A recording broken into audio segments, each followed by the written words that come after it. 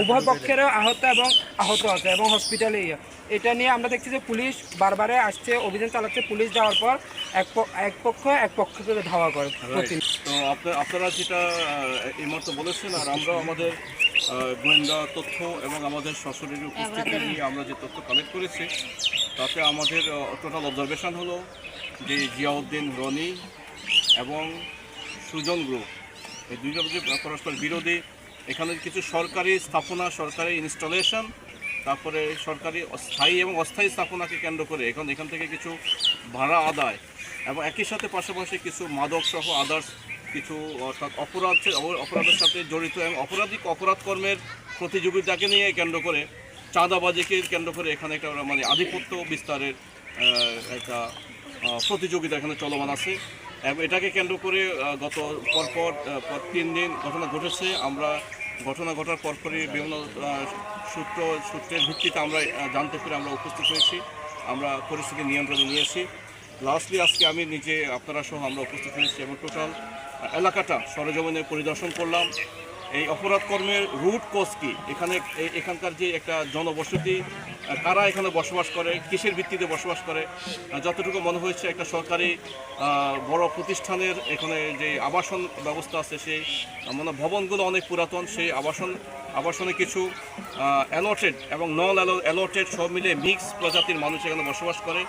এদের অন্তরালে থেকে কিছু অপরাধ করে যাচ্ছে। তো আমরা এই জায়গাতে ইমিডিয়েটলি আমরা এখানে সো কল্ড রবিন নামে একটা ছেলের নাম বারবারই এসেছে।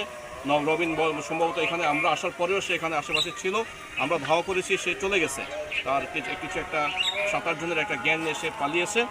আমরা আমাদের এই অভিযানগুলো অব্যাহত থাকবে, কন্টিনিউ থাকবে।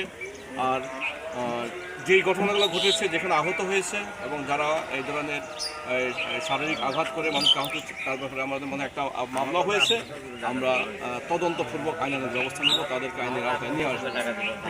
আপনাদের পাশাপাশি এখানে রেলওয়ের কিন্তু একটা দায়ভার আছে, যে রেলওয়ে যাদেরকে অ্যালটমেন্ট দেওয়া হচ্ছে তারা না থেকে তারা ভাড়া দিচ্ছে, সেই জায়গাটার মধ্যে একটা বহিরাগতদের অভয়ারণ্য হওয়ার আশঙ্কা কিন্তু সৃষ্টি হচ্ছে এবং এখানে একটা অবৈধ বিদ্যুৎ বাণিজ্য কিন্তু এখানে আছে আর কি। সুন্দর, আপনাদের ডিটেকশন অনেক সুন্দর, চমৎকার।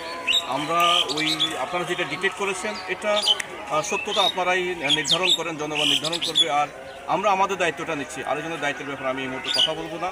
আমাদের জায়গা থেকে আমরা আন্তরিকভাবে চেষ্টা করবো অপরাধীদের আইনের আওতায় নিয়ে আসার। আচ্ছা, আরেকটা বিষয়, জিয়াউদ্দিন রনি যার নাম আসছে, তার শ্বশুর এবং সে মিলে কিন্তু একটা বড়সড় মাদক বাণিজ্য করছে বলে অভিযোগও রয়েছে।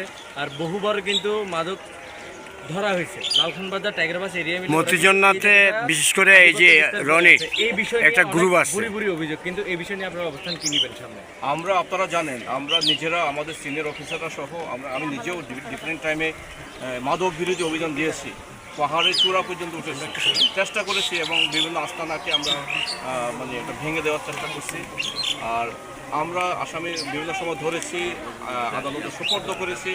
আবারও অভিযোগ আসতেছে বারবার, আবারও অভিযান চালাবো। যতবার মাদক ব্যবসা হবে, যতবার অপরাধ কর্ম, আমরা এসে দ্বিগুণ শক্তি নিয়ে আমরা এর বিরুদ্ধে অভিযান অব্যাহত থাকবো। আচ্ছা, জিয়াউদ্দিন রনির যে শ্বশুর রয়েছে বেলাল, যার কথা বলে, সে কিন্তু বিগত সরকার আওয়ামী লীগের সাথে জড়িত। 5ই আগস্টের সাথে সে হত্যাকাণ্ডের সাথেও জড়িত ছিল বলে অভিযোগও আছে। কিন্তু এলাকা ভিত্তিক সে আধিপত্য বিচার করে মাদক সিন্ডিকেটটা খুব বড়ভাবে নিয়ন্ত্রণ করতেছে। তার বিরুদ্ধে অনেক অভিযান হয়েছে, কিন্তু বর্তমান তার বিরুদ্ধে কি স্টেপ নেবে সামনে? এবং এর সাথে আমি একটু যোগ করতে চাই, এই এলাকায় যে সে যে বারবার ঢুকে এবং সে তার সাথে যে ছেলেগুলো আসে, এগুলোকে আমরা দেখতে পাই যে 24-এর আন্দোলনে তারা অস্ত্রসহ নিউ মার্কেট মোড়ে ছিল। ওই রকমও কিছু ছবি আমাদের কাছে আছে। তথ্যের জন্য ধন্যবাদ। আমরা আগের তথ্য, আপনাদের দেওয়া বর্তমান তথ্য সবগুলো অ্যাকুমুলেট করে একটা মানে কনসলিডেটেড ওয়েতে আমরা আগাবো। ইনশাআল্লাহ তাদেরকে প্রত্যেকটি আইনের আওতায় নিয়ে আসবো। পুলিশ এসে চলে যাওয়ার পরে কিন্তু দুই পক্ষ আবারও দুই পক্ষকে ধাওয়া পাল্টা। হ্যাঁ, সুন্দর যদি থাকে এলাকার মানুষ। আমাদের সবচেয়ে বড় একটা ছোট বললাম বড় সফলতা হলো অ্যাটলিস্ট পুলিশ আসার পরে চলে যায়। হ্যাঁ, ঠিক আছে। এখন আমরা কন্টিনিউয়াস থাকাটা আমাদের পক্ষে অনেক সীমাবদ্ধতার কারণে আমরা হয়তো থাকতে পারি না। আমরা চেষ্টা করব এখানে আমাদের অবস্থান বা আমাদের মুভমেন্ট আরও বাড়ানোর জন্য। একই সাথে এখানে আপনারা যারা আছেন, যারা আমরা কমিউনিটি লিডার বলবো বা স্থানীয় নেতৃবর্গ, বিভিন্ন রাজনৈতিক দল আছে, সবারই দায়িত্ব আছে, সচেতন নাগরিক আছে, প্রত্যেকের দায়িত্ব আছে। সবাইকে এগিয়ে আসতে হবে, সবাইকে এগিয়ে আসতে হবে, আমাদেরকে সহযোগিতা করতে হবে, আমাদেরকে তথ্য দিতে হবে অ্যাটলিস্ট, এবং তাদের অবস্থানটাকে আমাদেরকে জানাতে হবে। আমরা সংকল্পবদ্ধ তাদেরকে অ্যারেস্ট করে আদালতে সুপর্দ করব। ঠিক আছে, থ্যাংক ইউ। কি সমস্যা বলুন তো? 30 তারিখে রাত্রে আমার ঘরে লুট করছে। কে? এখানে যারা বসে থাকে তারা আমি তাদেরকে কয়েকজন চিনি, রবীন্দ্র, আমি তাদের নাম জানি না। আপনার ওই সাইডে চলে যান।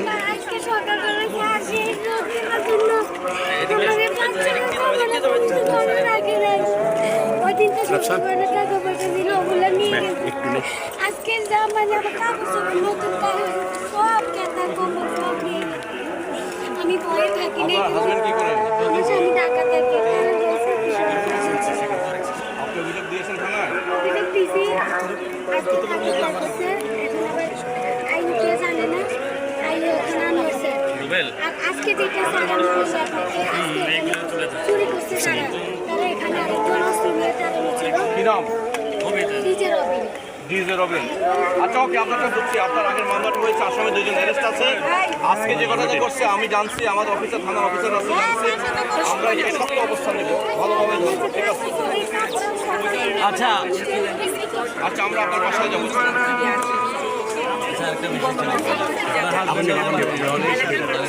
এই রনির ইয়াটা নাও। আচ্ছা, বুলেটিন আমার রনি গ্রুপের সাথে জড়িত বিষয়টা। কি নাম হাজবেন্ডের? হাজবেন্ড নাম ওনাকে জিজ্ঞেস করেন। আচ্ছা, যাচ্ছি। রেল লাইন থেকে বাইরে, রেল লাইন থেকে বাইরে। দেখি দেখি জানি ভাই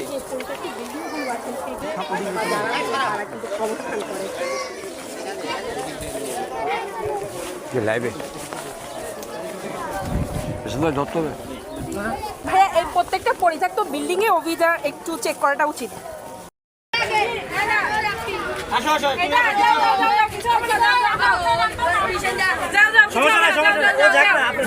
আপনার সাথে যাক না, সমস্যা নাই।